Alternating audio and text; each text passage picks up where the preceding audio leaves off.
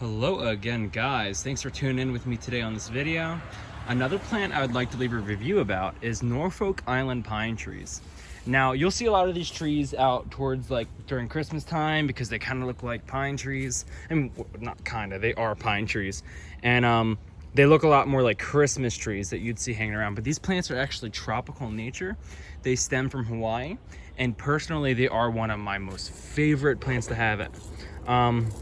They can get pretty big because they are a tree, and trees, they're known out in the wild to get to like up to 140 feet. Not 140, but more between 40 feet and 100. They can get really, really big indoors as well if you give them the time, the dedication, and the room to grow. You'll see them, they can get up to like to your ceiling and past your ceiling if you give them the ample space to. I have two saplings here.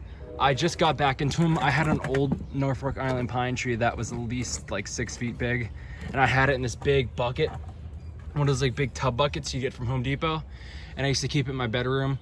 But one of these things that these plants need is humidity, and a lot of it. And sometimes my house during the winter does not have humidity because we have a wood burning stove, and it would shed these needles all the time, just like you would see during Christmas after you've like cut the tree and it's like Christmas has passed a little bit, and then it starts to shed all the needles.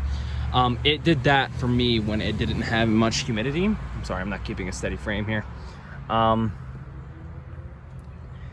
Yeah, but they're honestly really great house plants. Like, you can decorate them up for Christmas if you can maintain the environment that they need. They just don't stop growing.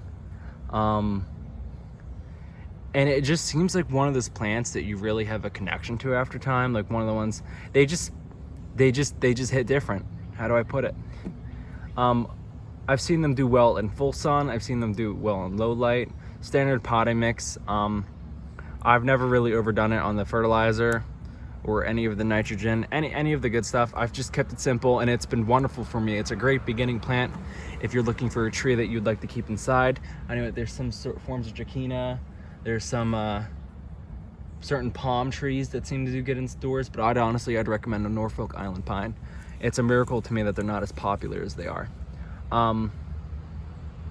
Yeah, I mean, any sort of siding, window, literally any light seems to do it good. I can't like even put into words how to not grow this plant because it's so damn easy.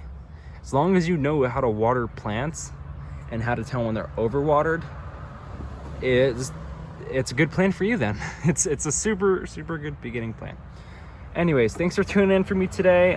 Please leave a like, subscribe, give me some love. I'm trying to have a little bit of a following here, so thanks for tuning in.